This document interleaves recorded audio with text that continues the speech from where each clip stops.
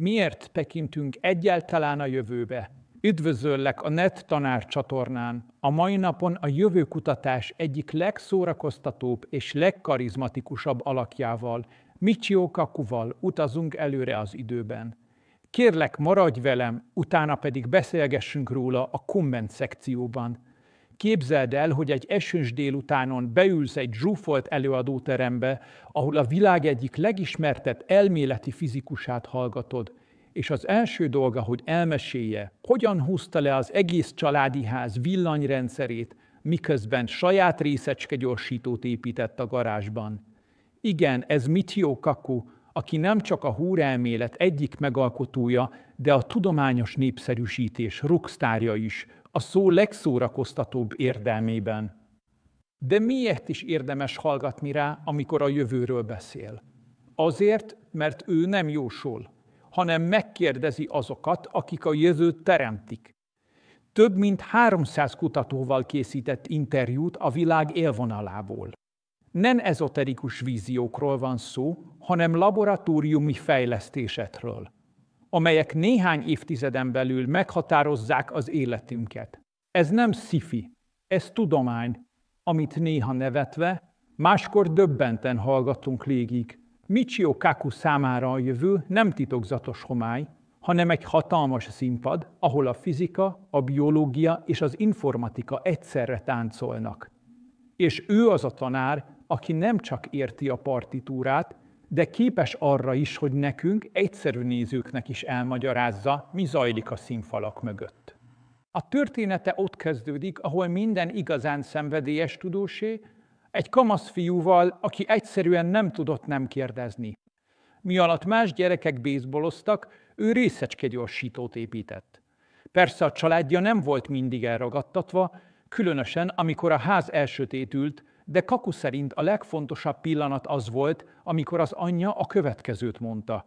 Miért nem talál egy rendes japán barátnőt, miért mindig csak ezeket a gépeket építi? Na igen. Valószínűleg minden zseni mögött van egy türelmes anya és egy kiégett biztosítéktábla. Kaku tehát nem azért beszél a jövőről, mert jók a megérzései, hanem azért, mert ő érti a rendszereket, amelyek a világot mozgatják. Ők, a fizikusok, építették a lézert, a processzort, a mágneses rezonanciát, a mikrosütőt, és igen, az internetet is. És amikor ők teremtenek valamit, azt nem rejtegetik, hanem egyszerűen odaadják az emberiségnek. Néha persze nem pont úgy alakul, ahogy elképzelték. Például, amikor az internetet egyesek a magas kultúra új szentélyének látták, aztán kiderült, hogy az első 10 évében inkább a tinédzser fiúk fantáziavilágát szolgálta. De a szándék komoly volt. És hogy miért fontos tudnunk, hová tartunk? Mert a technológia, akár csak az áram, egyszer csak eltűnik a szemünk elől. Beépül a falakba, a ruháinkba, a testünkbe. Már nem csak eszköz lesz, hanem környezet. Ha nem értjük meg, hogyan működik, nem leszünk többé az urai. A jövő nem olyasmi, amit meg kell jósolni, hanem valami, amit fel kell ismerni, mielőtt késő. És ha már itt tartunk, te mit tennél, ha a kontaktlencsét hirtelen feliratokat kezdene vetíteni a beszélgető partnered arca alá? Vagy ha a WC-d megmondaná, hogy 10 év múlva rákos leszel, de nyugi, még van idő. Ez csak a kezdet. Innen indulunk tovább, méghozzá egyre gyorsabban. Mit jelent a számítógépes fejlődés lavinaszerű gyorsulása? Mit szólnál ahhoz, ha a szülinapi zenélőképeslapot erősebb számítógép lenne, mint amit a szövetséges hatalmak használtak a II. Világháborúban? Nos, nem viccelek. Michio Kaku pontosan ezzel a példával mutatja be, mit is jelent valójában a technológiai robbanás, amit mi már természetesnek veszünk. De álljunk csak meg egy pillanatra. Vajon tudjuk, miben ülünk épp most? Van egy fizikai törvény, amit szinte mindenki hallott már. Ez a Moore törvény. Az áll benne, hogy a számítógépek teljesítménye másfél évente nagyjából megduplázódik, miközben az áruk csökken. Ez olyan, mintha az autógyártásban pár évente lefeleznék a fogyasztást, megdupláznák a sebességet, és az autó végül 10 fillérbe kerülne. Nem vicc, ha a járművek a Moore törvény szerint fejlődtek volna, akkor majd 10 forintos kisautóval suhanhatnánk az autópályán. És ha leparkolnánk, eszünkbe se jutna aprót dobni az órába. Minek? A parkolóóra drágább lenne, mint maga az autó. A legjobb példa erre a mobiltelefon. Ma már egyetlen okostelefon erősebb, mint az a számítógép, amellyel az 1969-es űrhajósokat a Holdra juttatta a NASA. Igen, jól hallottad. Több számítási kapacitás van a zsebedben, mint amivel embereket juttattak egy másik égitestre. És akkor még nem is beszéltünk az internetkapcsolatról, kameráról, térképről, zenelejátszóról, videójátékokról, és persze a legfontosabbról, az emojikról. Kaku szerint ez a fejlődés nem fog megállni, sőt, a számítógépes chip ára hamarosan annyira leesik, hogy olcsóbb lesz, mint a papír. És itt jön a fordulat. Ha valami olcsóbb, mint a papír, akkor az mindenhol ott lesz. Mindenhol és sehol. Mint az áram. Nem látjuk, de körülvesz. Nem gondolkodsz rajta, hol van a vezeték, egyszerűen csak elvárjuk, hogy működjön. Így lesz ez az intelligens csipekkel is. A jövő tehát nem egy szuperkomputer lesz az asztalodon. A jövő az lesz, hogy már nem lesz asztalod. Vagyis lesz, de az asztal lesz maga a számítógép. A fal, amin a családi képek lógnak, lehet, hogy valójában egy képernyő. A tükör, amire reggel belenézel, lehet, hogy közben frissíti az e-mailjeidet. A tapéta, amit felteszel a nappaliban, lehet, hogy beszél hozzád, vagy legalábbis megmutatja, mit főz ma este. A személyi számítógép, ahogy ma ismerjük, el fog tűnni. Nem lesz szükséged egyetlen gépre, mert minden, ami körülvesz, intelligens lesz. És ez a folyamat már elkezdődött, anélkül, hogy észrevennénk. A hűtőszekrény már ma is tudhatja, mikor fogyott el a tej. A porszívó már ma is visszatalál a dokkolóra. A villanykörte tudja, mikor vagy otthon. Az irodád, az nem egy hely lesz, hanem egy folyamat. Ahova néz, oda követ az információ. A dokumentumaid nem egy gépen lesznek, hanem veled, minden pillanatban. Csak belépsz a szobába, és a rendszer felismer. A falon megjelenik, amit utoljára szerkesztettél. Ez lesz az intelligens jelenlét világa, és ha ez most egy kicsit ijesztőnek hangzik, ne feledd, ugyanezt mondták az elektromosságról is. Kaku üzenete egyszerű. A számítógép nem jövőbeli eszköz többé, hanem jövőbeli háttérzaj, mint a levegő. És ha ezt értjük, akkor azt is megértjük, miért olyan fontos, hogy ne csak használói, hanem értői is legyünk annak, ami körülvesz minket. Mert a jövő szó szerint a szemünk előtt fog láthatatlanná válni. Hogyan változtatja meg a világot a láthatatlan internet? Képzeld el, hogy sétálsz az utcán, megpillantod a régi osztálytársadat, de sehogy sem jut eszedbe a neve. Bosszantó, ugye? A jövőben viszont a szemüveged vagy a kontaktlencsét suttogja majd. Ezik János, emlékszel? A kémia óráról. Ja, és azóta biotechnológus lett. Mert bizony az internet hamarosan személyes lesz, láthatatlan, és mindenütt ott lapul majd. Pontosan úgy, ahogy ma a levegő vagy a villany. Michio Kaku szerint az internet jövője nem a képernyőkön fog játszódni, hanem a valóság szövetébe szőve. És ez nem science fiction. Ez már a tervezőasztalokon készül. Olyan okos szemüvegekről és kontaktlencsékről beszélünk, amelyek teljes értékű internet kapcsolatot biztosítanak, fordítanak, információt jelenítenek meg, sőt, felismerik az emberek arcát. Hányszor fordult már elő veled, hogy valakivel beszélsz egy buliban, és csak mosolyogsz, miközben a fejedben cikázik? Ez ki a csuda? A jövőben a szemüveget segít, odasugja majd, ez itt Géza. A múlt héten beszéltetek egy állásinterjún. Sőt, azt is tudni fogod, hogy milyen cégnél dolgozik, mit posztolt aznap, és ki az ő főnöke. Más csak azt nem mondja meg, hogyan nézel ki a fényében. De nyugi, erre is lesz mesterséges intelligencia.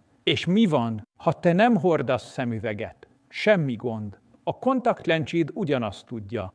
Ezek a jövőbeli lencsék augmented reality-t, vagyis kiterjesztett valóságot nyújtanak. Például egy római kiránduláson, amikor ott állsz a fórum romjai között, és próbálod elképzelni Julius Cézár korát. Nos, a kontaktlencséd egyszerűen kivetíti eléd az ókori várost. Látod a márványszobrokat, a legionáriusokat, a lármás piacot. Ott sétálsz benne, mintha időutaztál volna. És ez még csak a kezdet. Ha valaki idegen nyelven szól hozzád, a szemlencséd valós idejű feliratokat jelenít meg, mintha épp egy filmet néznél. Ha autót vezetsz, a lencse mutatja a sebességet, a benzinszintet, a navigációt, anélkül, hogy le kellene nézned. A világ átlátszó képernyővé válik, ahol a rétegek egymásra vetülnek. Aztán ott van az a bizonyos intelligens fal otthon, amit Kaku csak úgy nevez, tükör a falon.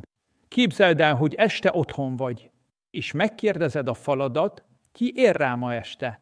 A rendszer pedig összeköt más falakkal, és kiadja, Anna is egyedül van ma, ő szereti a szifit és a pattáit. Már mehettek is vacsorázni, akár fizikailag, akár virtuálisan. És amikor hazaérsz, akkor jön a kedvencem. Tükör a falon. Szeretném megnézni a Casablancát, de úgy, hogy Humphrey Bogart helyett én legyek a főszereplő, és Ingrid Bergman helyett az a lány, akivel most találkoztam.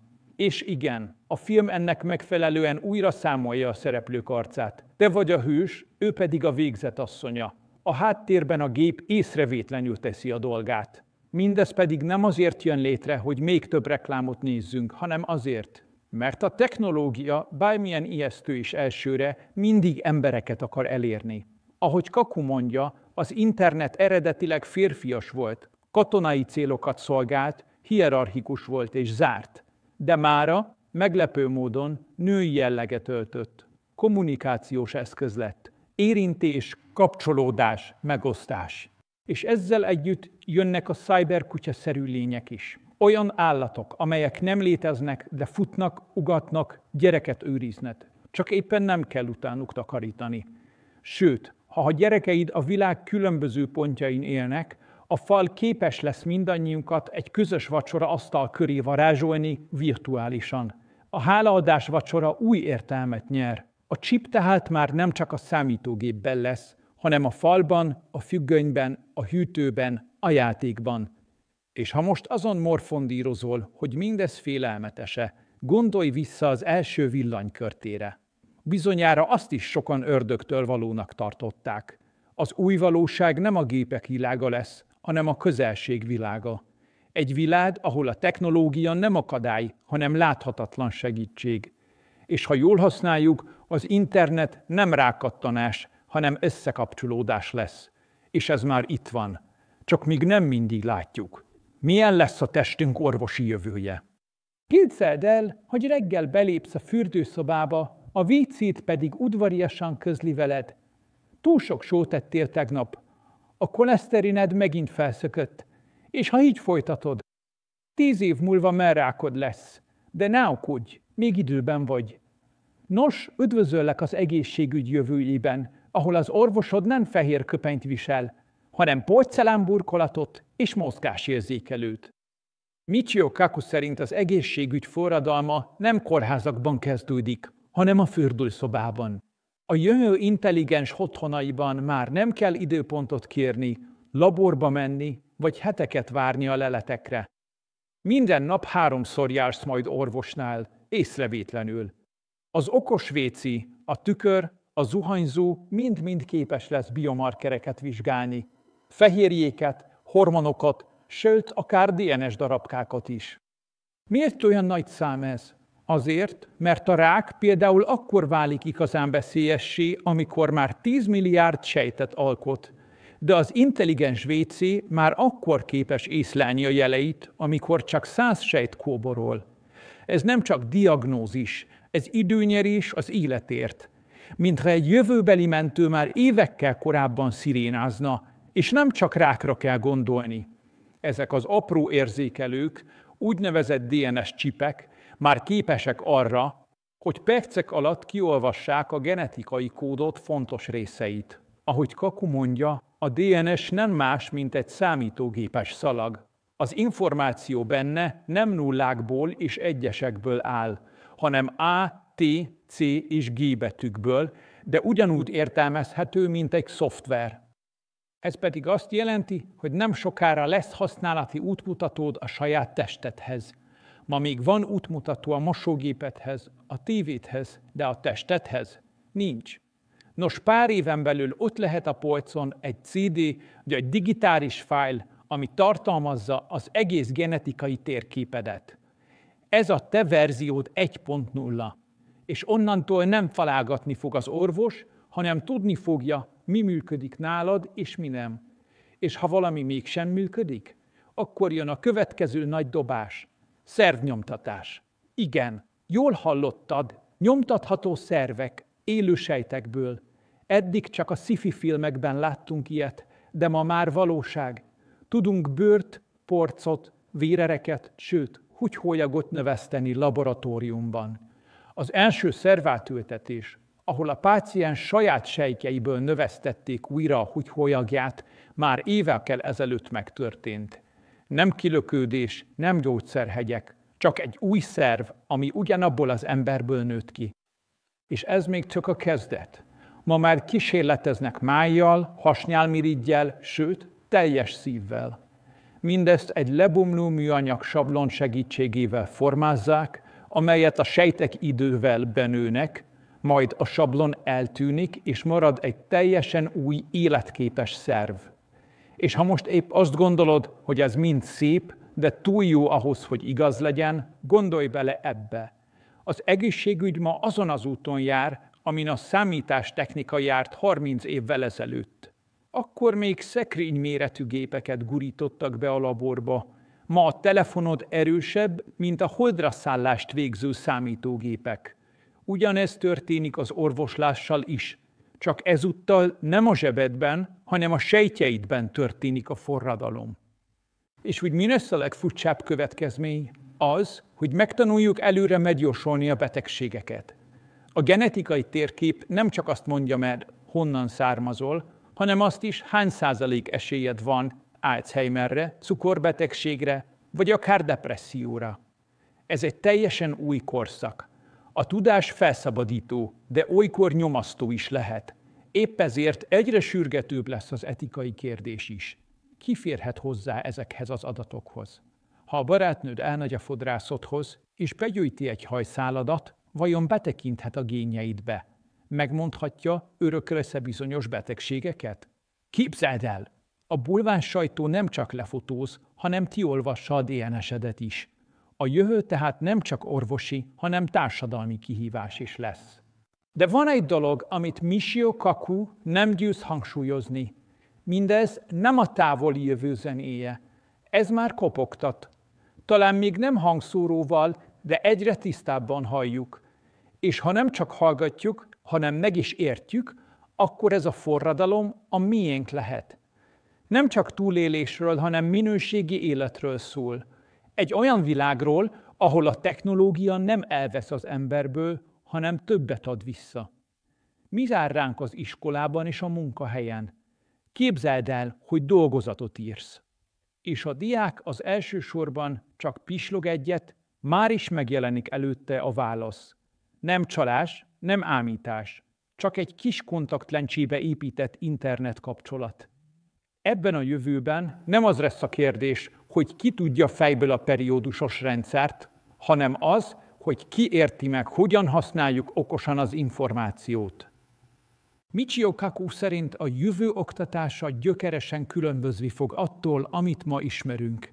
Az információhoz való hozzáférés annyira gyors és egyszerű lesz, hogy az emlékezet nem előny, hanem teher lehet. Mi értelme fejből tanulni az ásványok kristályszerkezetét, ha egy szempillantással ott van előtted minden adat? Az iskolák így nem a memorizálásra, hanem a gondolkodásra, kreativitásra és problémamegoldásra foglak koncentrálni. És hogy néz majd ki ez a gyakorlatban? Kezdjük a tanteremmel.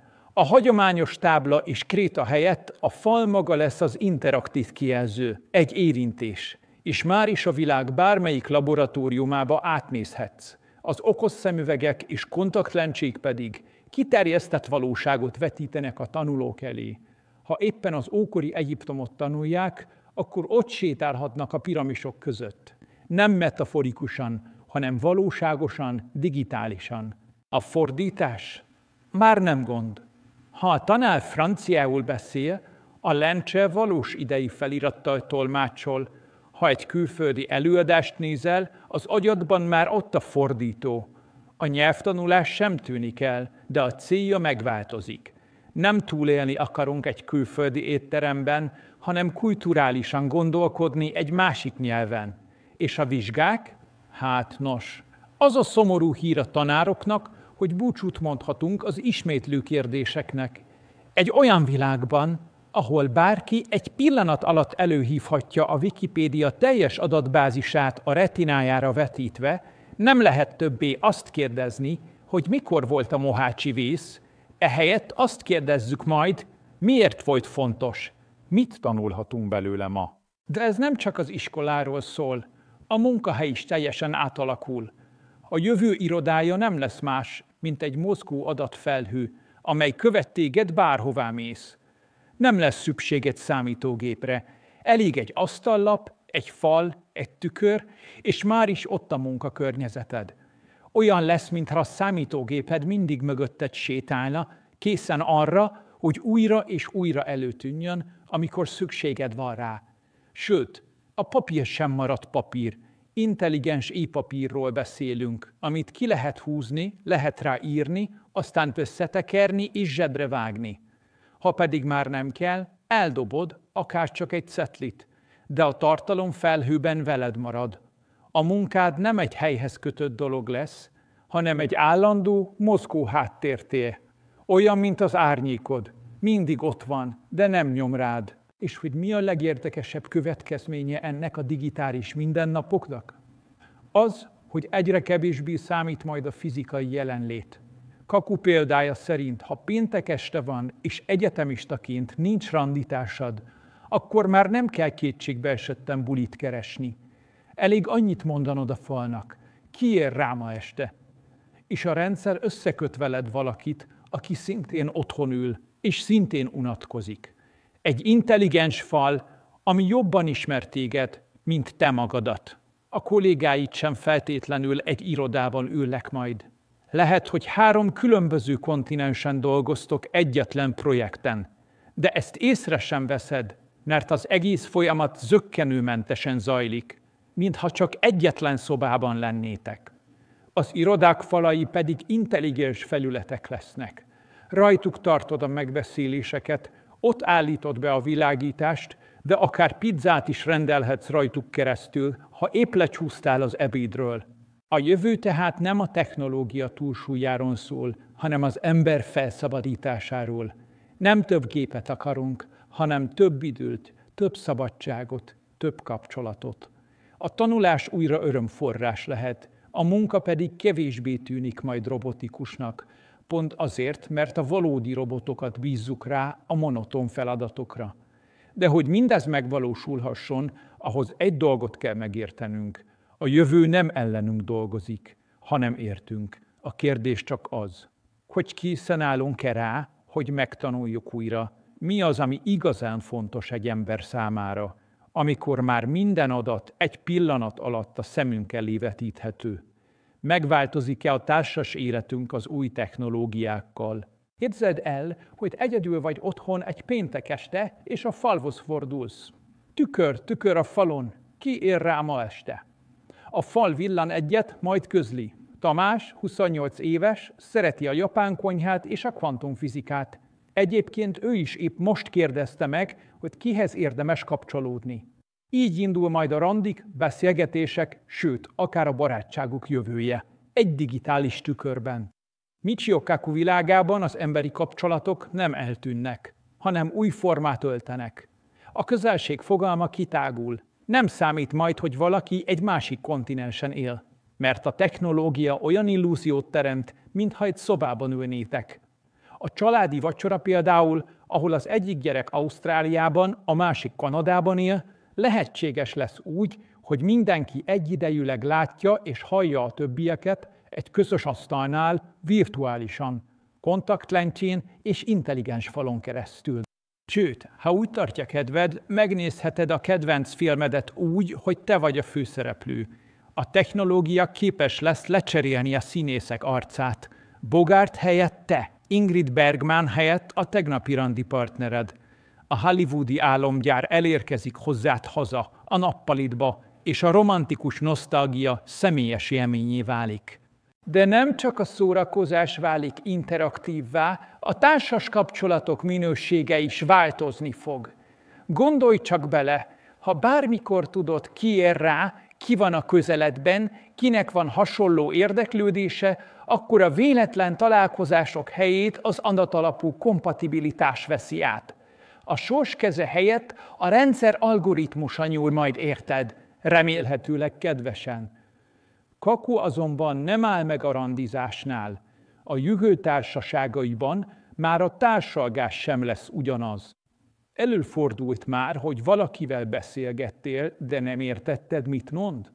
Egy akcentus, egy idegen nyelv, vagy épp csak egy szokatlan kifejezés.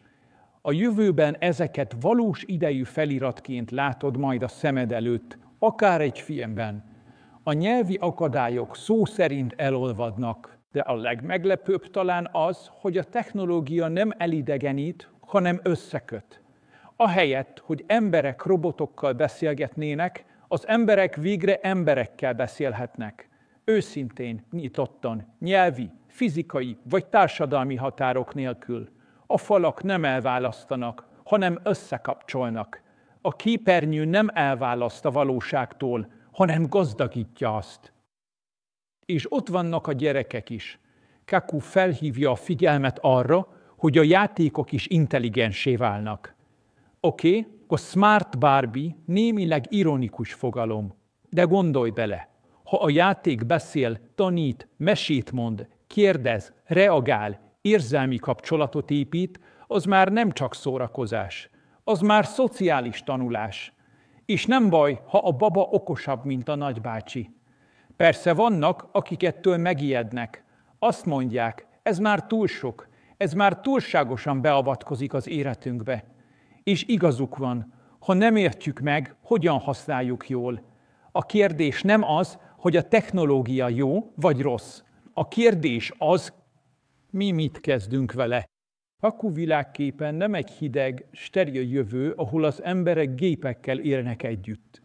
Épp ellenkezőleg. Egy olyan jövőt vázol, ahol a gépek újra emberivé tesznek bennünket. Segítenek emlékezni, segítenek kapcsolódni, segítenek szeretni. Talán sosem lesz olyan barátod, mint egy fal, de lehet, hogy a fal segítségével megtalálod azt a barátot, akit eddig nem tudtál elérni. És ez a legfontosabb. Mert az ember nem adat, nem algoritmus, nem szimuláció. Az ember érző lény, aki vágyik a másik jelenlétére, és ha a technológia ezt a vágyat beteljesíti, nem gépek között élünk majd, hanem végre egymás mellett, akár egy kontaktlencsén keresztül is. Okosabbak lesznek nálunk a robotok. Képzeld el, hogy egy robot megkér téged. Kérlek, ne kapcsold ki, félek a sötétben. Hűha, eddig csak a filmekben hallottunk ilyesmit, de Michio Kaku szerint a kérdés már nem is annyira sci-fi. Előbb-utóbb szembe kell néznünk vele, hogy a gépek tényleg elkezdenek gondolkodni. Vagy legalábbis úgy tűnik majd, mintha gondolkodnának. Kaku szerint a mesterséges intelligencia jelenleg inkább egy házi csótányhoz hasonlít. Nem sértegetésből, ez a realitás. A világ legfejlettebb humanoid robotja, Asimo, egy japán fejlesztés. Tud lépcsőzni, táncolni, sőt jobban is táncol, mint Kaku professzor saját bevallása szerint. De ettől még butácska. Egy szoba átszelése neki akár 6 órába is telhet. Minden mozdulata előre programozott. Vagyis nincs saját döntés, nincs kreativitás, nincs belső szándék. Akkor miért pumpálnak bele milliárdokat például Japánban ezekbe a projektekbe? A válasz egyszerű és egy kicsit ijesztő is. Nincs elég fiatalember. Japán lakossága rohamosan öregszik, miközben a születések száma vészesen alacsony. Így a robotok nem világuralomra törnek, csak ápolók lesznek. Egyszerűen azért fejlesztik őket, hogy gondoskodni tudjanak az idősekről. De ne legyenek kétségeink, a fejlődés gyorsul. A gépek előbb-utóbb eljutnak a rovar, majd az eger, kutya, macska szintjére, és ha elérik a majom intelligencia szintjét, akkor lesz igazán érdekes a helyzet. Akkor már beszélhetünk valódi döntésekről, érzékelésről, és akár arról is, hogy mit kezdjünk egy intelligens lénnyel, ha nem ember. Akkor szerint ezen a ponton szükség lesz egy biztonsági kapcsolóra, egy csipre, amit az agyukba ültetünk. Hogyha elkezdenek rossz gondolatokat dédelgetni, például uralni a világot, vagy átvenni a kormányzást, akkor le lehessen őket állítani. Tudom, kicsit olyan, mintha a Terminátor forgatókönyvét olvasnánk, de ez már a robotika kutatólaborjaiban is napirendi kérdés. Persze, ettől még messze vagyunk. Kaku szerint évtizedekre, talán egy évszázadra is. Ma még inkább az a kérdés, milyen feladatokra tudjuk használni a robotokat, hogy valóban segítsenek nekünk. A kulcs itt nem a gépek érzelme, hanem a mi felelősségünk. Nem attól lesz veszélyes egy robot, hogy erős, hanem attól, hogy ki programozta és mire. És itt jön be az egyik legkényesebb kérdés. Lehet-e egy géppel érzelmi kapcsolatot kialakítani? Ha egy robot vigyáz a gyerekedre, beszélget veled, és mindig ott van, amikor szomorú vagy, vajon mikor kezded el élőként kezelni? Mikor alakul ki kötődés? És vajon honnantól számít ez valódi kapcsolatnak? A válasz valószínűleg sokkal hamarabb, mint gondolnánk, hiszen már ma is beszélünk a telefonunkhoz. Már ma is nevet adunk az autónknak, a laptopunknak, a robot porszívónknak. Mi emberek hajlamosak vagyunk megszemélyesíteni bármit, ami velünk interakcióba lép.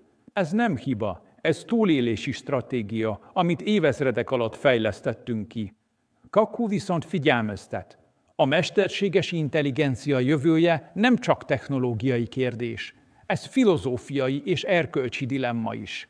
Ha egy gép képes fájdalmat érzékelni, vagy legalábbis szimulálni, akkor jogai is lesznek. Ha egy robot emlékszik, ha tanul, ha fejlődik, meddig nevezhetjük eszköznek?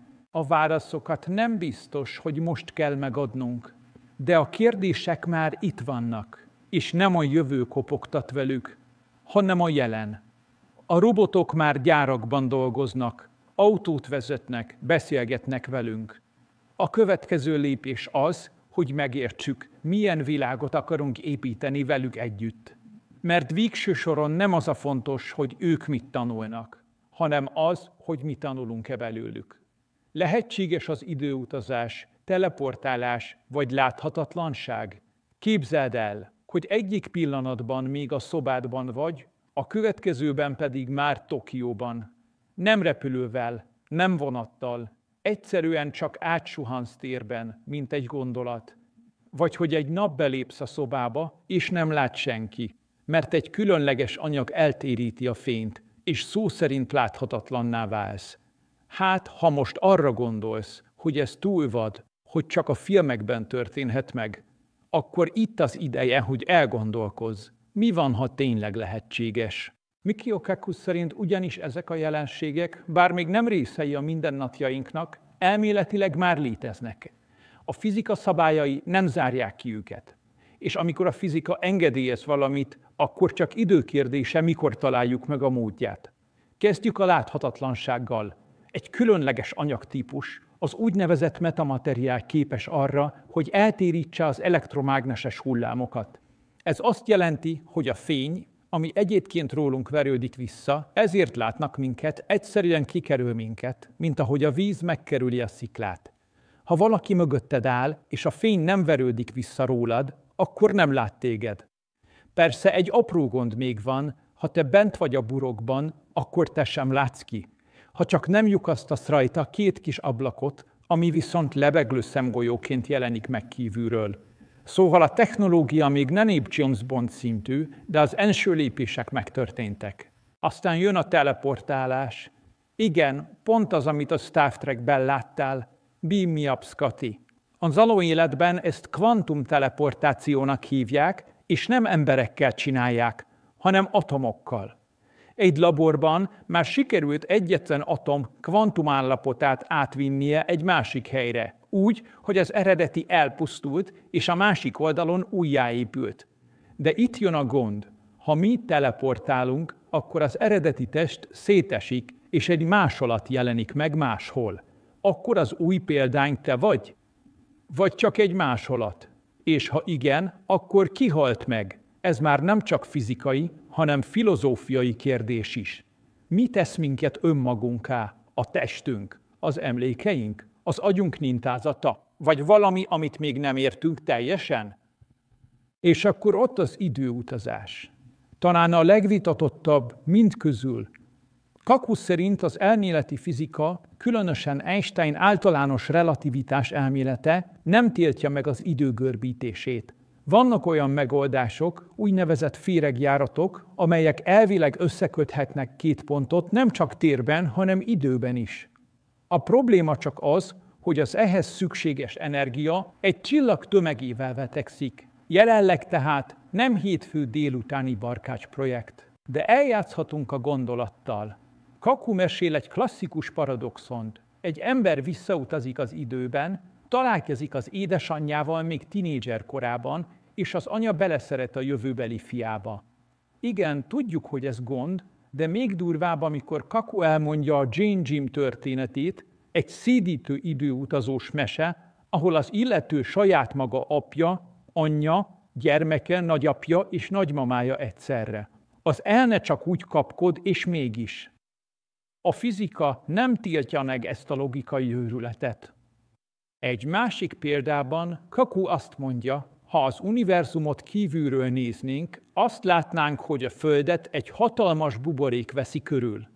50 fényév sugarú rádiógömb, ami az elmúlt fél évszázad minden adását sugározza az űrbe.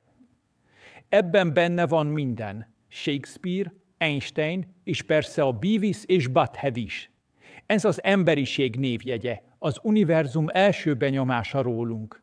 És ha valaha találkozunk más intelligens civilizációval, vagy akár egy saját magunk által épített, szuperintelligens, mesterséges elmével, vajon mit gondol majd rólunk? Egy olyan faj vagyunk, aki képes a téridőt görbíteni, de közben meghibban a mikrohullámú sütőtől. Kaku szerint ezek a kérdések fontosabbak, mint hinnénk, mert a technológia előbb-utóbb odaér. A kérdés csak az, hogy mit kezdünk vele, és hogy közben mennyit értünk meg saját magunkból. Mert a láthatatlanság, a teleportáció és az időutazás nem csak tükkök. Ezek a kérdések önmagunkról szólnak. Ki vagy te? Hol vagy most? És mi lenne, ha nem lennél sehol, de mégis mindenhol? A jövő nem mindig előre visz. Néha visszanéz, és ha jól figyelünk, lehet, hogy meglátjuk benne a saját arcunkat. Csak ne felejtsünk el 2 kis lyukat vágni a láthatatlansági köpenybe. Különben semmit sem fogunk látni. Hogyan változtatja meg az orvostudományt a jövő technológiája? Képzeld el, hogy egyetlen érintéssel megvizsgál egy tükör, és azonnal közli. A vérnyomásod kicsit magas, de ne aggódj, a gyógyszered már úton van a 3D nyomtatóból. Na jó, egyelőre még nem itt tartunk, de Michio Kaku szerint egészen közel járunk hozzá. A jövő orvostudománya ugyanis teljesen más logikán alapul, mint amit ma megszoktunk. Jelenleg az egészségügy reaktív. Akkor megyünk orvoshoz, amikor már baj van. A jövőben viszont előre fogunk tudni a problémáról, sőt, lehet, hogy már meg is oldjuk, mielőtt kialakulna.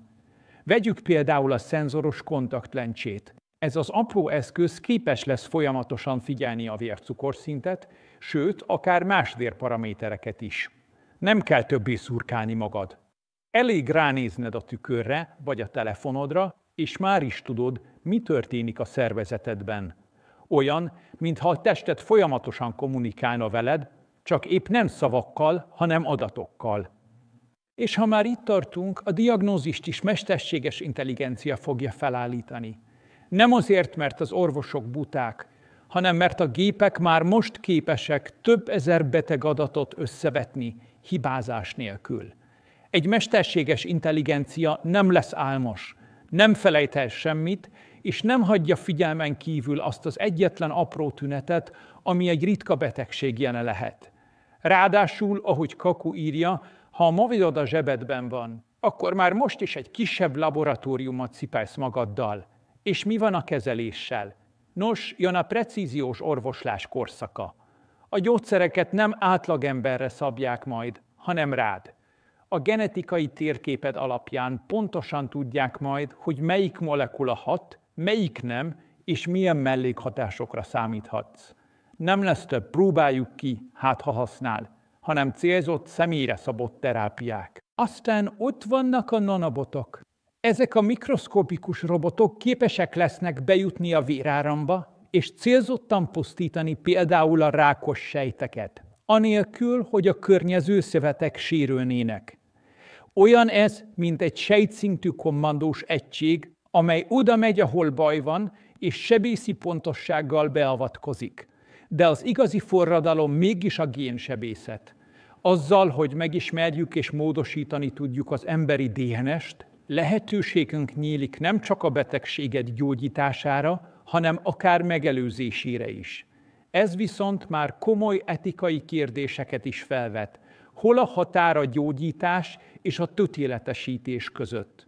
Beavatkozhatunk-e egy gyermek génállományába csak azért, hogy okosabb vagy erősebb legyen? Mikor válik az orvoslásból biotechnológiai tervezés? Michio Kaku nem rejti véka alá, hogy ez egy csúszós lejtő. Az orvostudomány jövője nem csak technológiai, hanem erkölcsi kérdés is. A hatalom, hogy formáljuk az életet, egy hatalmas lehetőség, de óriási felelősség is. Mert egy dolog a rákot gyógyítani, és egy másik dolog a tökéletes embert megalkotni. Ugyanakkor azt is érdemes látni, hogy ezek a fejlesztések esélyt adnak az emberhez méltó életre. Hogy egy 80 éves ember ne félelemben élje a napját, hanem energiával, méltósággal. Hogy egy kisgyerek, aki örökölt betegséggel születik, esélyt kapjon egy teljes életre. Hogy ne a szenvedés legyen az öregkor alaptónusa, hanem a tapasztalat, a bölcsesség és a megérdemelt nyugalom. Ez a jövő nem arról szól, hogy halhatatlanok legyünk, hanem arról, hogy teljesebben éljünk. Hogy ne csak hosszabb legyen az élet, hanem gazdagabb, szebb, méltóbb. És ha egyszer majd belenézel abba az okos tükörbe, lehet, hogy nem csak az egészségedet látod meg benne, hanem a jövőt is. Egy olyan világot, ahol a technológia nem elválaszt az élettől, hanem még emberibbé teszi azt. Köszönöm, hogy ma is velem voltál, és végighallgattad ezt az utazást a jövő tudományába. Remélem sikerült egy kis ablakot nyitni arra, hogy merre tart az emberiség, vagy legalábbis milyen kérdések foglalkoztatják azokat, akik megpróbálják elképzelni, mi jön ezután. Nagyon kíváncsi vagyok, te mit gondolsz mindenről? El tudod képzelni, hogy teleportálunk, vagy inkább az érdekel, hogyan változtatja meg a mesterséges intelligencia az orvoslást, az oktatást, vagy épp a hétköznapokat?